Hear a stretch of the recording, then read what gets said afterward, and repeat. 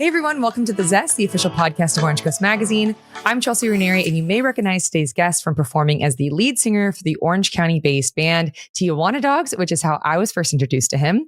But he is also a Sinatra-style crooner and the author of his memoir, Bittersweet Treasures, A Father's Journey Through Loss and Healing, which shares the heartbreaking story of his wife, Christina, who tragically passed in the same helicopter crash that took Kobe Bryant and 7 others.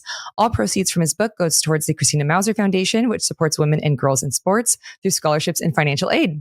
Thank you so much for being here today, Matt Mauser. Oh, it's an honor to be here. Thanks for having me. Of course. So my family and I are huge fans, and so many of my friends as well. So I am so excited to get to talk with you. They're all also very excited for me to do this interview. Well, it's an honor. Thanks. Orange Coast Magazine, we've been waiting for you guys to reach out for us. So yeah. I'm glad we're finally together. Same. Well, I would love to start at the very beginning of your story. So where did you grow up? I grew up in Huntington. I was, nice. Everybody says that there's not a lot of California kids that are grown and raised here, but I was one of the few. I was actually born in Garden Grove. My dad grew up in Newport. My mom grew up in Garden Grove. And when we were really small, we moved to Huntington Beach around late 70s. So my early, my schooling days, high school, junior high, all here, even like my first 2 years of college, all at Huntington Beach. I was a Huntington Beach lifeguard for a long time. So no, wait. Yeah. Is that how the unofficial and unchallenged record for swimming backstroke around the pier came to be? Pretty much, yeah. That account. There might be some people that disagree with that, but there's a story behind that. So if you want to know, I'll tell you. Yeah, I'd love to hear it. So that was a year I was in college. I was a swimmer at Cal Poly San Luis Obispo, and the years that I was swimming in college were the years that they were reconstructing the pier. So there's a little bit of a technicality because the pier was about 100 yards shorter than it was after completion. So one year, it was like when I was, training full time, I think it was 92, we would swim the pier for training and nobody else was allowed to swim it, just the lifeguards. So one year the tide was really low. The conditions were perfect. I was, training really hard. And I think I swam the pier like under 7 minutes. So what? Well, you got to remember it was 100 yards shorter. So I think most pier swims are like over 10, right around 10. But but there was definitely a technicality with the shorter pier, and so the conditions were perfect. So it may not ever get broken, but they'd have to, if they shorten the pier, maybe it will. I find that so impressive, just not even getting sucked into the pillar area, being able to backstroke. Yeah. Well, actually, on the north side, if you go right next to the pier, there's a rip current. So you want to hug that north side as close as you can so you catch the rip out. And then you turn around on the south side and just beeline it right for the thing. If you catch a wave, that's even better. Oh, smart. Well, I also read that you wrote your first song at just 8 years old and you became skilled at the guitar at 16 or 15. So what sparked this early My brother used to take guitar lessons, and I was an athlete. My mom said, well, if he's the athlete, he's the musician. And he would come home with the guitar, and I would sit down and he would just kind of do something else, and I would pick up the guitar and learn the chords kind of on my own. I never really took lessons. And then one year I got a job working at a music store here in Huntington on Magnolia. And the guy was this wonderful old guitar player, and he taught me stuff, and I got really into the guitar. So just kind of kept developing my relationship with the guitar. I mean, I don't think you ever really are satisfied with your ability to play any instrument. You're always kind of searching to get better. So I'm the same way. But I wrote my first song at 8 years old. I figured out a few chords, and I wrote a very immature, childish song, but it was the first one. And never stopped writing. That's incredible. Does your brother still play? My brother played bass. Now I think he does real estate. Oh, so I think he's a pretty good singer, and he's a pretty good bass player, but never really pursued it full time. That makes sense. Well, Tijuana Dogs has become such a staple in local music scene. How did this band come together, and what was the vision behind it? Oh, thanks for asking. Well, it was like 1997. and I was lifeguarding, and I just graduated from college, and I said, I want to find something that gives me that same rush as swimming did. I was a swimmer. So nothing, I was a teacher, I was a lifeguard, and I love that, but nothing gave me that adrenaline rush like getting up on stage and performing and singing. So I said, this is what I want to do. I was always told I had a pretty good voice. So one day I just put an ad in the Penny Saver looking for a bass player. I played guitar and some guy answered it, and he was the first guy that came. And then I had a buddy that was a lifeguard, and he had a buddy who was a drummer. So I offered him, and I went down to this pub on Sunset Beach called Sunset Pub, and I said, hey, I'll pack your club. I didn't know if I could or not. And we rehearsed for a couple nights, and I invited everybody on the beach, all people in bikinis and guys and the lifeguards, and I had like hundreds of people show up. Said it was a lifeguard party, and that kind of started the whole thing. And then we just kept I got rid of some players. I found a really good guitar player. He was my good teacher at Orange Coast College, and then we never looked back. Just kept promoting, just kept playing. No way. So how did the name come about? I was in Mexico surfing, and we were driving back through Tijuana, and we went to get tacos. Mm-hmm. And all these, if you recall, if you've ever been to Mexico, you see a lot of dogs kind of running the streets.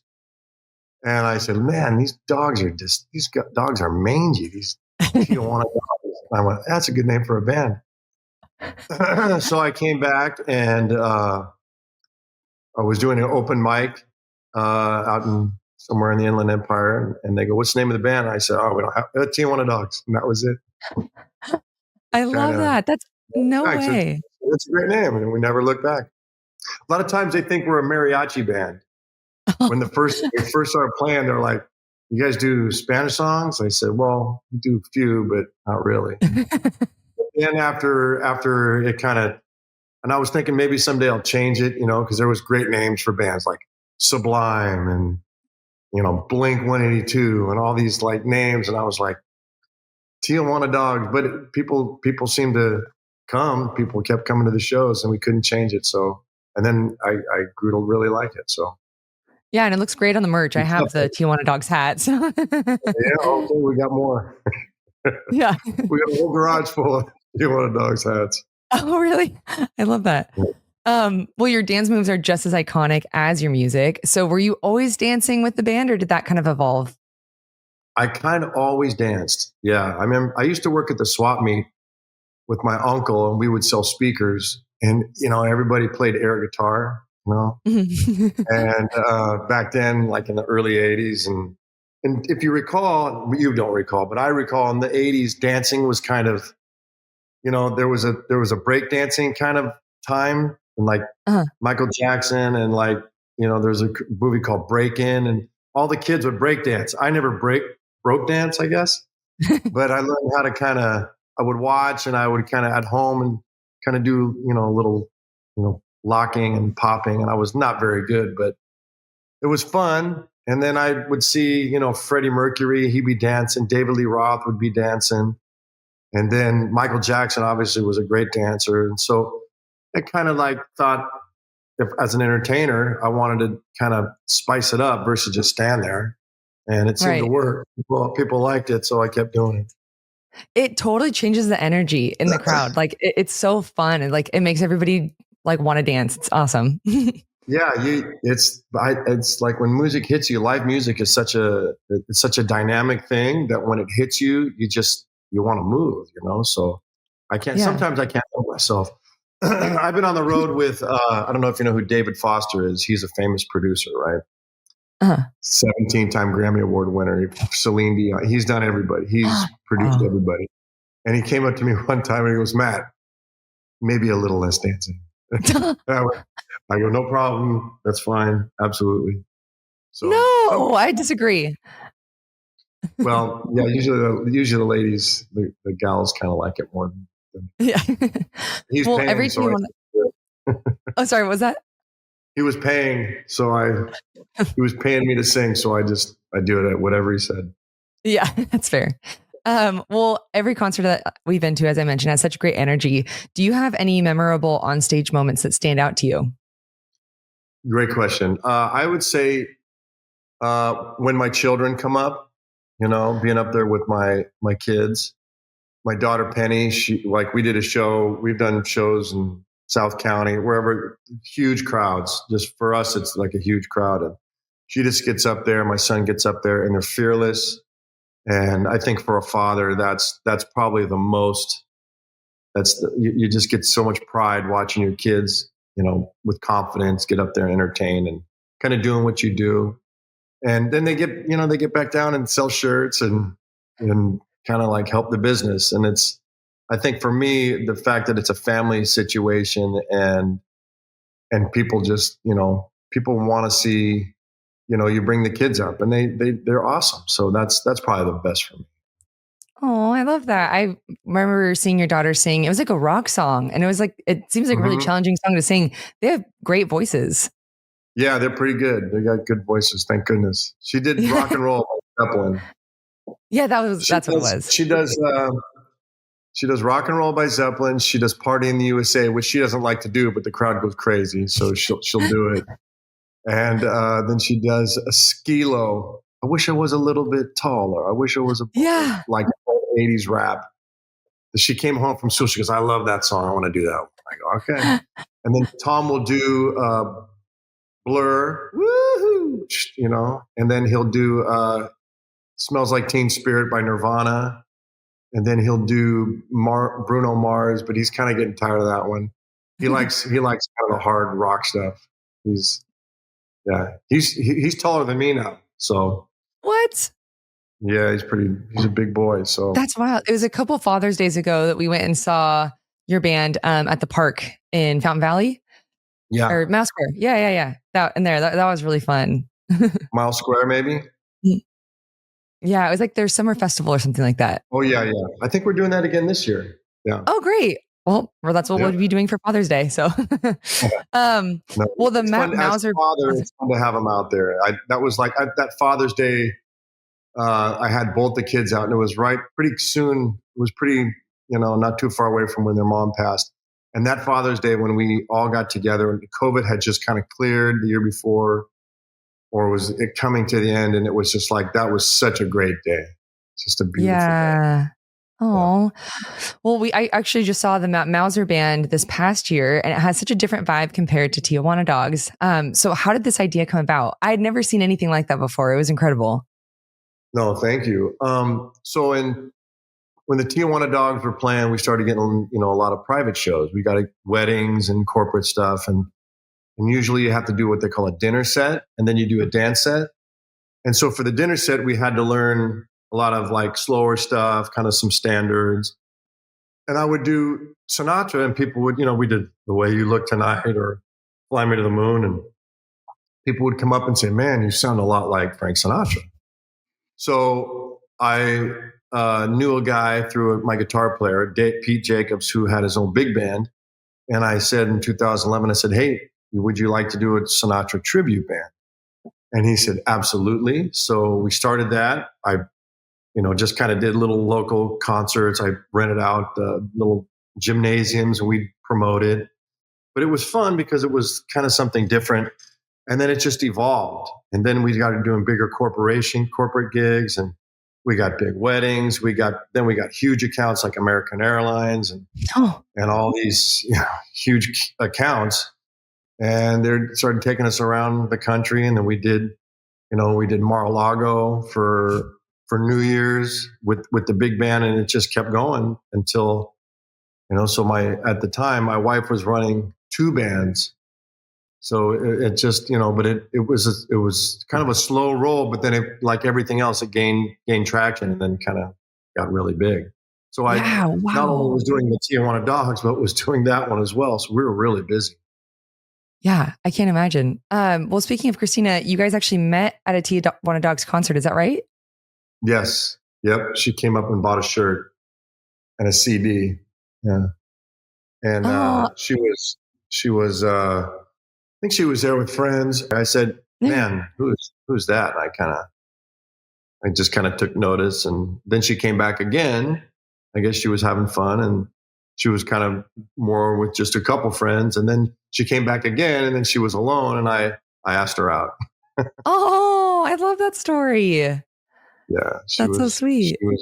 she caught my eye, and then within that was in that was July 11th, 2004, and then we got married May 6th of 2005. So it wasn't much of a turnaround. Yeah. I just kind Love of at first sight. yeah, pretty Oh, much. yeah. Well, you guys both worked as teachers at Harbor Day School and you taught Spanish. What initially inspired you to pursue teaching alongside your music?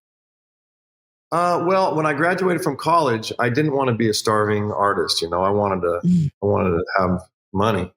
So I went back to lifeguarding, and lifeguarding was paying really well. I was doing very well as a lifeguard, as a supervisor. And I said, what can I continue to do that would, so, I mean, I didn't do teaching. That wasn't my long-term goal, but it kind of Mm. fit in with the other things I really wanted to pursue. The music was my main love.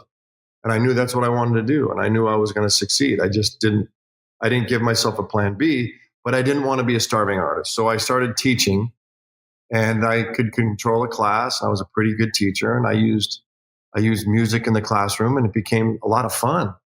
And I got the job at Harbor Day, and the three jobs really blended well together. So I was teaching, lifeguarding in the summer, and then performing on the weekends all year long. I had this amazing, kind of rock star life with a little bit of, and was grounded by being a teacher. So it was this really fun time in my life. Yeah, it sounds like a perfect blend. And I read that you did something called Rock the Class. Can you tell us a little bit about that initiative and what it meant for you at the time? Well, when I'd go to the classroom, I saw you had to teach vocabulary, you had to teach verb conjugation, you had to teach like noun, verb, adjective, agreement. I was like, this is kind of just boring. Yeah. So I'd bring the guitar in, and I would teach all the concepts. I would write a song for the concepts. And then I found that the kids would like pick up the songs, way faster than they would if we didn't put it to music. So I just, A, B, C, D, E, F, the alphabet, and then I'd count by tens, and then days of the week, and then countries. And so all of a sudden the teachers were like, man, the parents would say, my kids like come home singing all these Spanish songs. Where do you get them? Where'd you find them? I said, I just make them up. So one parent said, hey, I want to support you. Would you make a CD for that? I said, yeah. So we went into the studio. I made a CD, and I gave them to all the kids. It wasn't more of a profit thing as much as it was just a great learning tool for the kids to have. And then every teacher wanted one. So, I have kids today, 15 years removed from being in my class. They say every time I got into a class, I would sing your Spanish songs. Oh, And it actually really helped out because I gave one to Kobe, oh and wow. that's how Kobe and I became friends. He goes, hey, dude, this is awesome. Where'd you get these? I go, I wrote them. And then I became his primary writer for his children's podcast. So I did all the What? music for the children's podcast. Yeah. Through that How CD. cool. Wow. Yeah, Honestly, I took like 6 years of Spanish and I don't remember any of it. And I feel like if I had learned it that way, it would stick with me better. exactly. Well, you think Yeah. about, learning the ABCs or learning anything, you sing when you're teaching kids how to do language, you sing or you do rhymes, and those little fun ways of learning anything are what stay, what connect Yeah, and last. Yeah, definitely. Well, as I mentioned in the introduction, you recently wrote a memoir. So what inspired you to write it?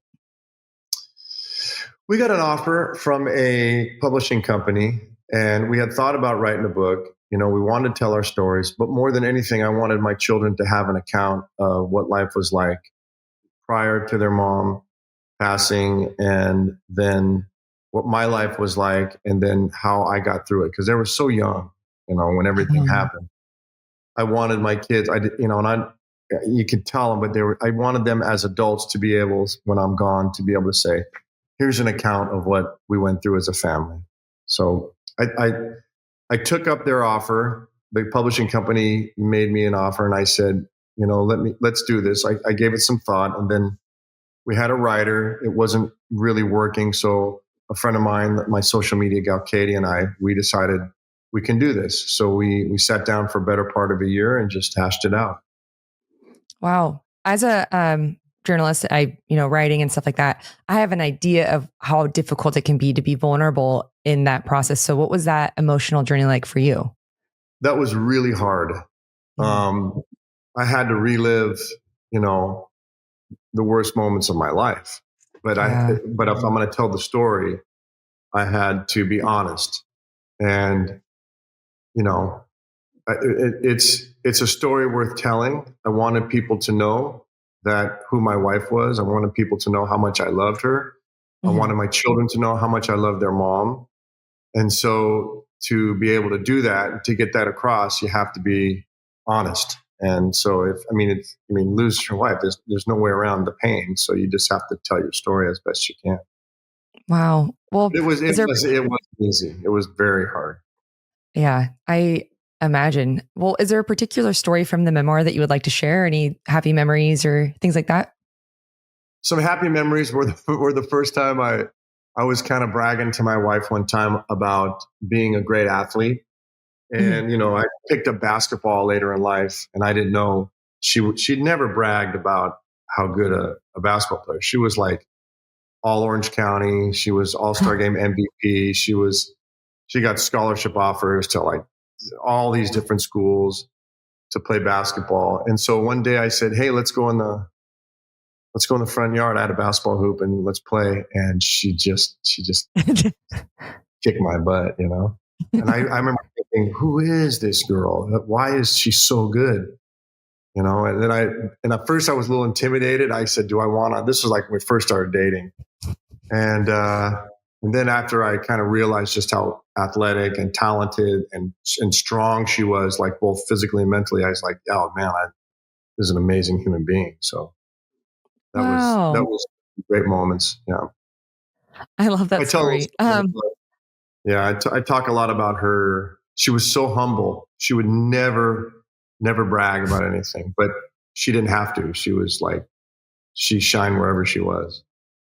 Oh, well, the Christina Mauser Foundation is doing some incredible work. Can you share a bit about what the foundation does and also how it's carrying on Christina's legacy? Of course. Christina was a huge proponent of girls in sports, and that's what they were doing. Her and the team, the Mama team, they were, helping young women achieve their athletic dreams. So when she passed, I thought it would only appropriate to continue helping young women. So what we've done in the last 4 years is we've given over $100,000 of scholarships to young women moving on from high school to college, and that might not have the financial aid and support that they need to assist with their, all the demands of college. So we've given all these girls scholarships to help them in their athletic careers as they move into college.